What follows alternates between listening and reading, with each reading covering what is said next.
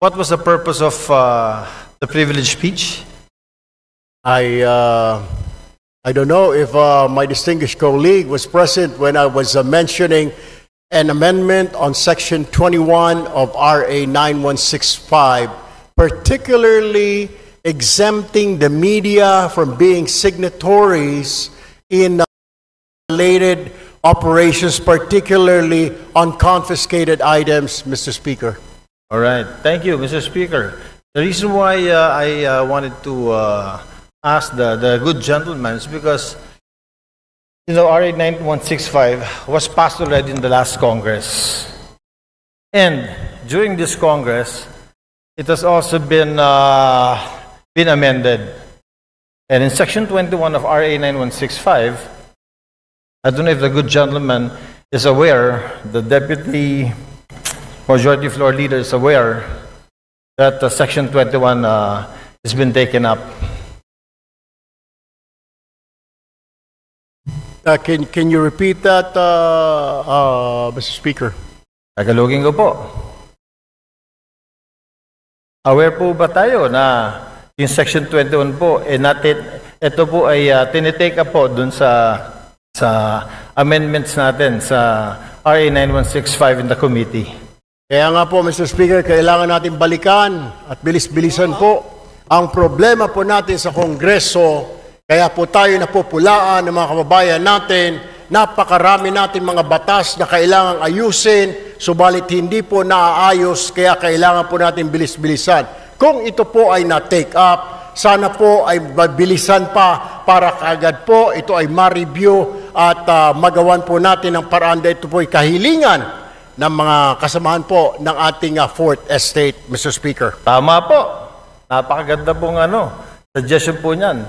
Since kayo po ay malakas po sa Senado, baka pwede pong sila pong sabihan ninyo dahil wala po tayong counterpart sa Senado. Tapos na po tayo sa amendments natin.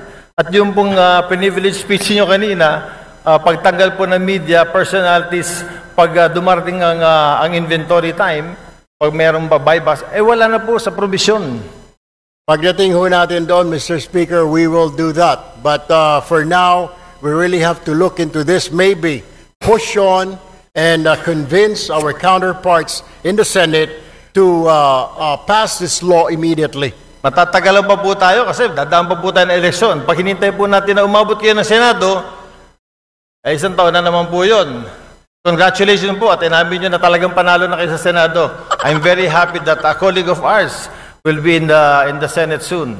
Pero ibabalik ko lang po, Mr. Senator, na ito pong hinihiling ninyo na tanggalin natin or i-amend natin sa Provision 21 of RA 9165, matagal na po naming tinabaho ito sa aming komite at tinanggal po talaga po namin to.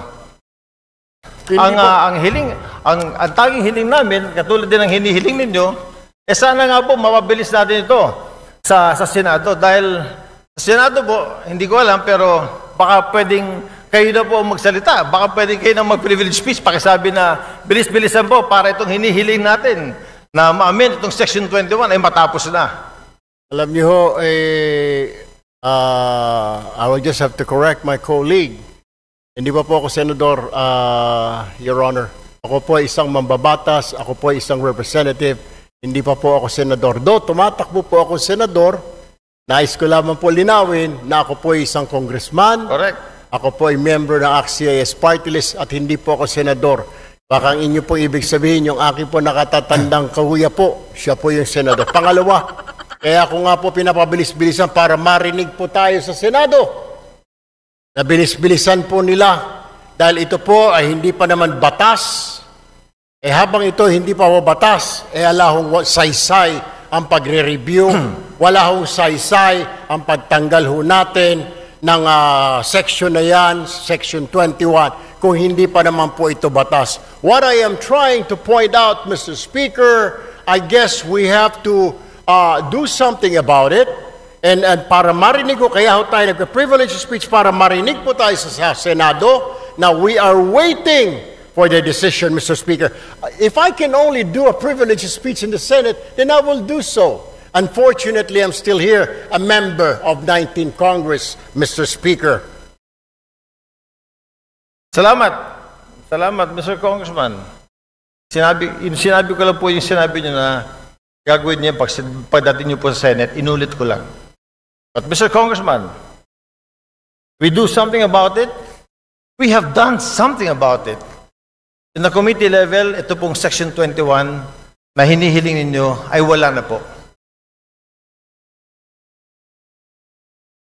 Alam niyo ho, Mr. Speaker, ito po ay nasa committee level at tulad po na sinasabi ko, kaya ko nga po I am pushing for it, na bilis-bilisan po natin. Marami po tayo mga batas na pending po ngayon, hindi lang po itong 9165, marami pong kailangang reviewin, ang kailangan lang po natin ay bilisan po dahil ang taong bayan ay nag-aantay po.